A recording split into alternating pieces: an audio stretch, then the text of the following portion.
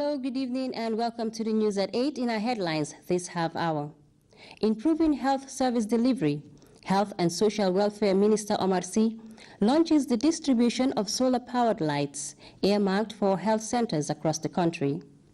A team of agricultural experts led by Deputy Minister Usman Jame wind down a 6-day tour of rural communities meant to gauge the state of agricultural production in the country.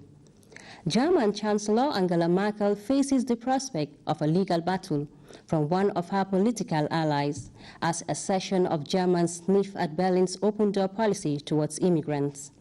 And the Nobel Committee honors the Tunisian National Dialogue Quartet in recognition of the group's decisive role in their country's democratization process. Well, these and other stories coming ahead this half hour. I am WINIFRED NICOL.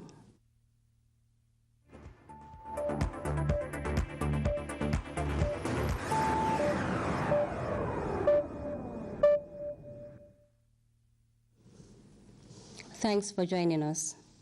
232 women have begun infertility treatment under the auspices of the President's Alternative Treatment Program, which started way back in 2007.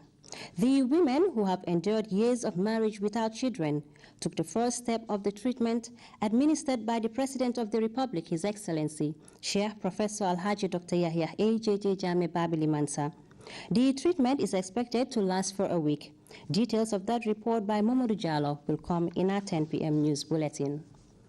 The Minister of Health and Social Welfare has launched the distribution of solar-powered lights in the West Coast settlement of Medina Salam. The lights came courtesy of Com Afrique Universal Energy in collaboration with Rotary Club of Keelon. The intervention, which is meant to improve service delivery in the health sector, is earmarked for primary health centers across the country. Details in this report by GRTS's Isaac Keita.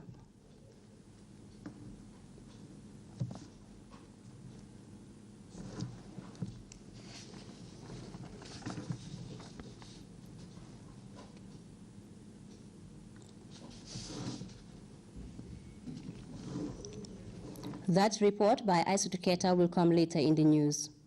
The Deputy Minister for Agriculture, Usman Jame, and a team of experts have completed a 6-day intensive tour of rural communities. The exercise, which sought to assess the state of agricultural production in the country, came at a time when the ministry has rehabilitated 6 mixed farming centers across the country. Famarakani picks up the rest of that story. Stop in Jalangbere in the Lower River region. There, the officials had the chance to visit a maize farm which was cultivated by the locals. The entourage expresses satisfaction over the state of the maize. From there, the officials proceeded to the President's Findi farm in Kiangjali. The farm, which is currently under harvest, is an endeavor done by the locals to complement the efforts of His Excellency the President. They called on the Ministry of Agriculture to help them with a milling machine and other farming implements to boost their work. Reacting to their request, the Permanent Secretary, Ministry of Agriculture, Falala Toure, expressed delight over the work and assured the people of Jali about his ministry's unflinching support and will try to resolve their constraints in the shortest possible time. From Jali to Keneba, the tour party drove through Kiang to officially hand over the mixed farming center in Quinala. One issue that came out very clearly was the issue of farm implements. Anywhere we went, farmers have indicated to us that there is a great need of farm implements, especially light farm implements. They've told us that in order for them to do very well, work on expanded areas as well as improve on their yields, they will really need farm equipment. In response, we have always told them farm implements are important. We've told them that their upkeep too is fundamental. We've indicated to them that the Gambia government, since in the 1960s and up to date, have been very busy in the provision of farm implements. But one fundamental thing that has been realized was the fact that most of the equipment, especially the heavier ones, have not been managed properly. From Kiang, the delegation wasted no time, finding their way to Kanjibat in Foni, where Honorable Jammeh witnessed the official handing over of the newly rehabilitated center. Jammeh advised the people of Kanjibat to make best use of the facility and to ensure its sustainability. At Jalokoto, an 8-hectare groundnut farm was cultivated for the president. The farm is an effort undertaken by the people of Jalokoto to complement the Gambian leaders' food self-sufficiency drive. The party later proceeded to Kembuje, where they visited a mango processing industry. There also Honorable Jammeh expressed similar sentiments and reaffirmed his ministry's resolve in working with the private sector to ensure a food self-sufficient Gambia. On the final day, the delegation visited the Welingara Horticultural Center and the Banjulunding Women Garden. Banjulunding is an experiment center where different varieties of rice, maize, and groundnut are cultivated by the National Agricultural Research Institute. A 1-hectare Findi farm, which was dedicated to the office of the president, was also visited. Some of the mixed farming centers are 6 hectares, 6.5, just an average of 6 hectares per mixed farming center. The idea is not business. The idea is a service to the people. But it can go along with the generation of funds that can be responsible for the upkeep of the facility. So that when you do groundnuts as a demonstration, or when you do seed fattening, we expect that the proceeds could be plowed back for the maintenance, for the improvement of the facility. We expect that. We know the ministry and the department will be supporting the mixed farming centers, but we expect that they should be self-sustaining. The delegation could not have wrapped up the tour without visiting the store where the materials which are to be used to furnish the mixed farming centers are kept. Honorable Jammeh and his team of experts moved within the building to see the materials. Tours like these will be frequently conducted by the Ministry of Agriculture, meant to familiarize themselves with the current situation of agricultural production in the country. For GRTS News, I am Famara Kani. Over now to our earlier mentioned story. The Minister of Health and Social Welfare has launched the distribution of solar-powered lights in the West Coast settlement of Medina Salam. The lights came courtesy of ComAfric Universal Energy in collaboration with Rotary Club of Kilon.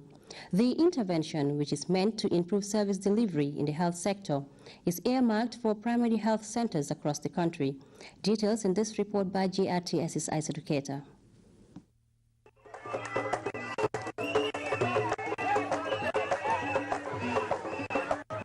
See them celebrating with their striking smiles, accompanied by dances and beautiful songs, as they play host to the launching of solar-powered lights they desired for a long time.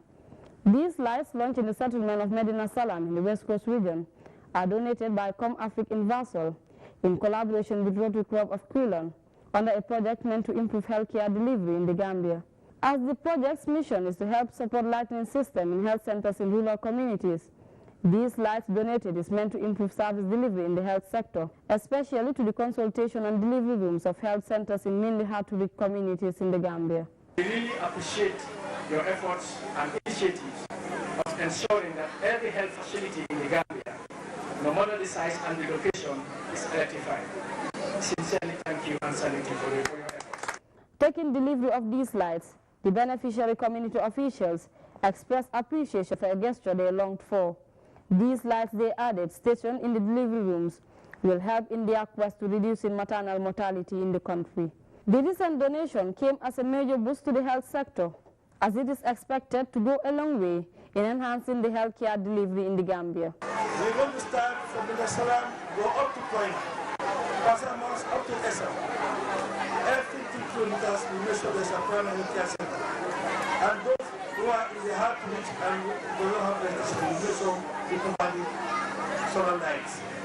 So what are the days when we use these candles or kerosene lamps to provide healthcare delivery? And that's why we are here today. Similar exercises are expected to be replicated in all other primary health centers across the length and breadth of the country. Isa Tuketa, GRTS. The Gambia will join the rest of the world tomorrow, October 10, 2015, to commemorate World Mental Health Day, a moment set aside by the global health body to recognize the fate and struggles of the mentally disturbed.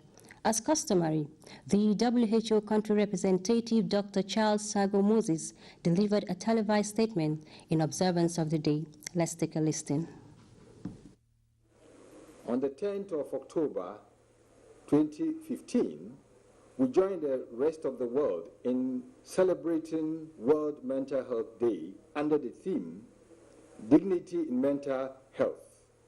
The theme draws attention to the crucial need to ensure that dignity is preserved in all aspects of mental health, ranging from care for patients to the attitude of the general public.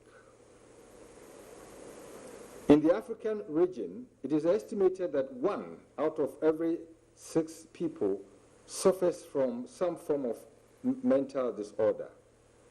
Unfortunately, in the course of treatment, some patients are subjected to undignified treatment, such as being chained to a tree, bed, locked in a cage, left without food for many hours, deprived from family support, and inadequate personal hygiene.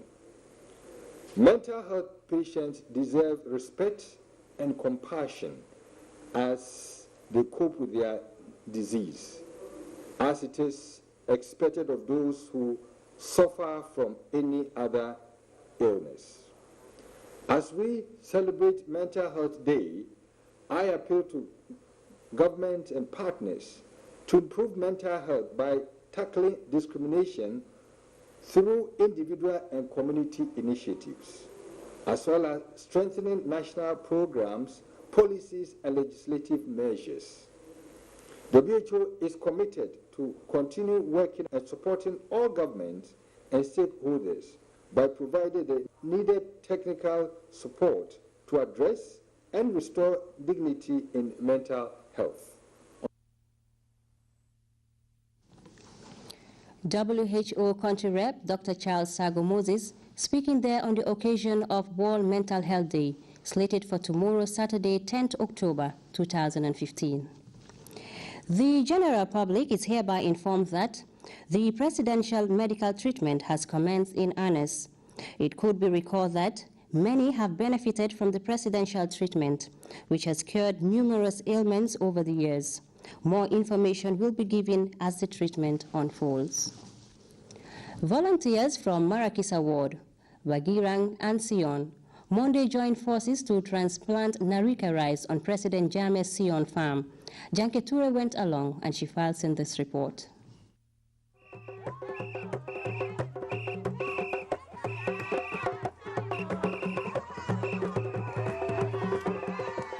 These volunteers from Bajurand, Marakisa Ward, and Sioni recently descended on President Jammeh's rice field at Sioni to transplant the Narika rice.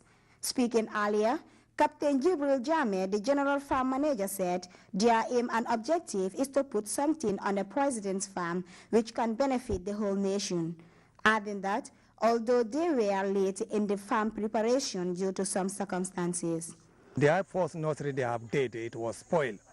So the cost, they don't know. So now they call me as the general farm manager so that I can give them support so that they can be able to do something to the president's farm. And then from there, the time I got their information, I told them, let them come to Farato farm because I have enough nursery there. And then that was yesterday, they were there, they obtained the nursery. This is what they are transplanting today. He, however, assured that as far as they are concerned, they will continue to work on the president's farm to ensure that their main aim and objective about the Vision 2016 blueprint are achieved. We are answering to the president's call back to land.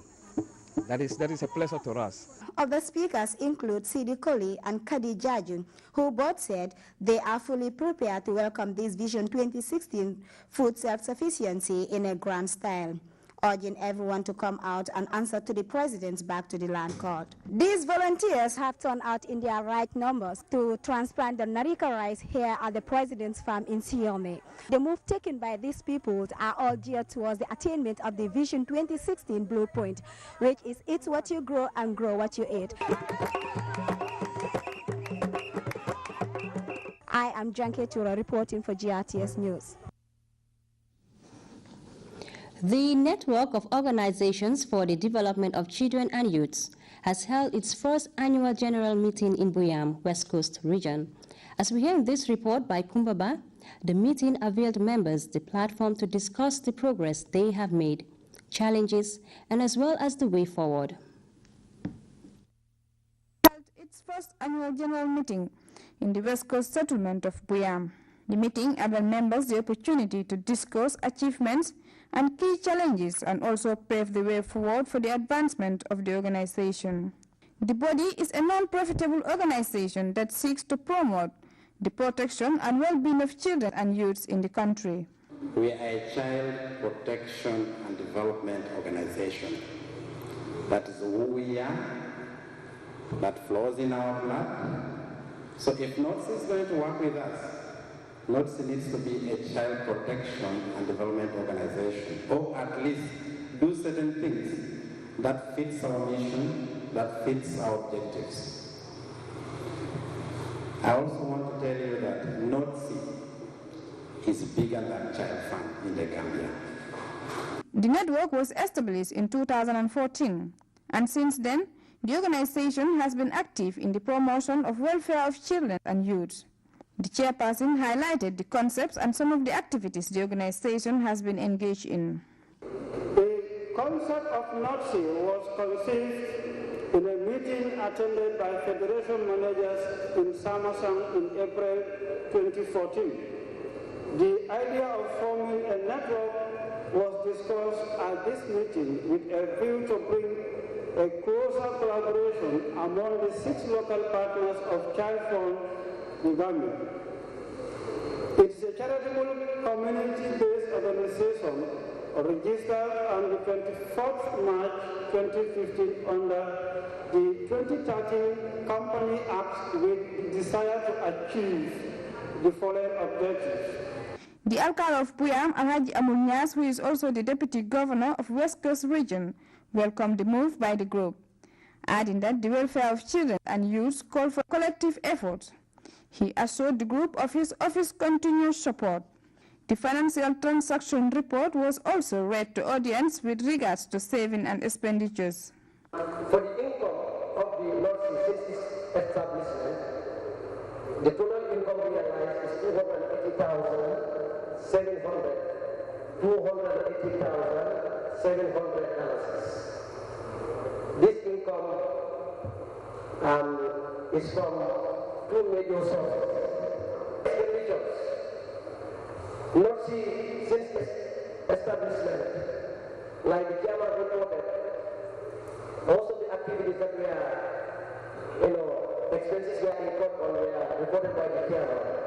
The manager of Samasang Federation called on members to develop an efficient working system to sustain the gains registered and engage communities in safeguarding the welfare of children. It is worth noting that NOTC is an organization that has come to leverage the LP capacity assessment gaps, because we came together after looking at each other what is the gap we have and what is hindering our efforts, and how can we be able to sustain the gains already registered.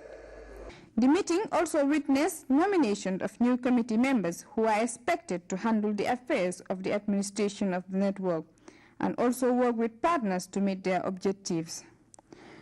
Kumbaba, Grts News.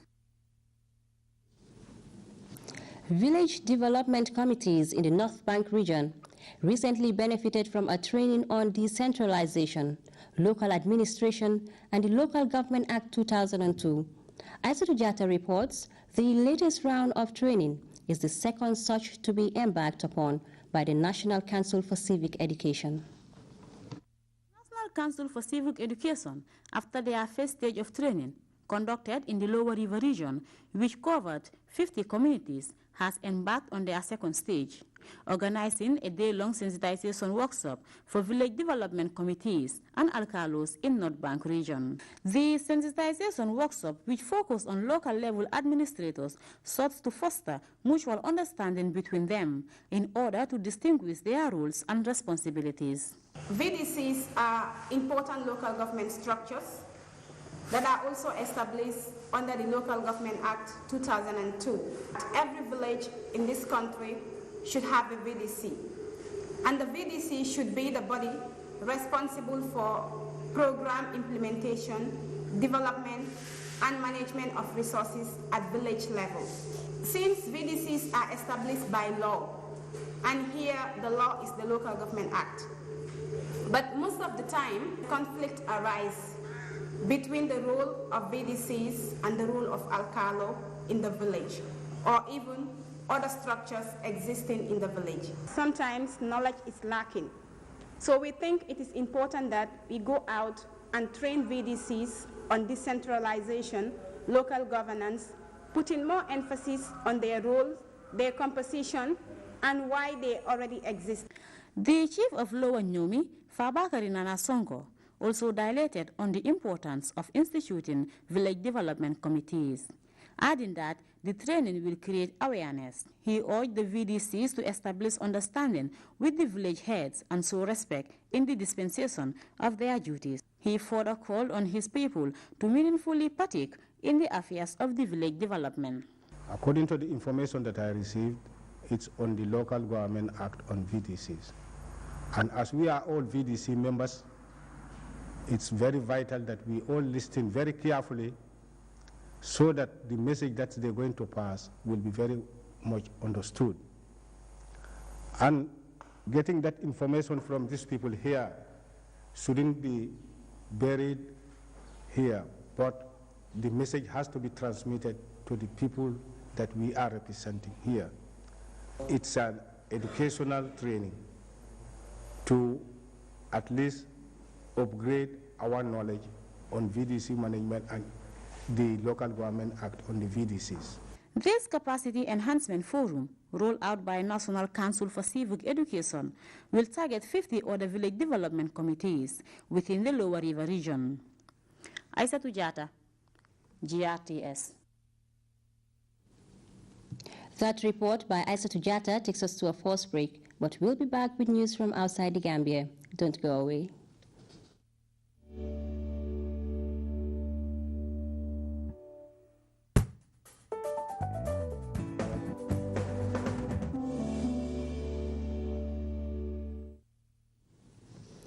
Welcome back.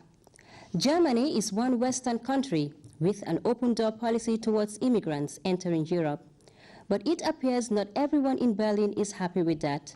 Now, one of Chancellor Angela Merkel's political allies seems to turn against her. Reports say the government of the southern state of Bavaria is threatening to take Merkel to court if she decides to take limited steps against the flow of migrants in the country.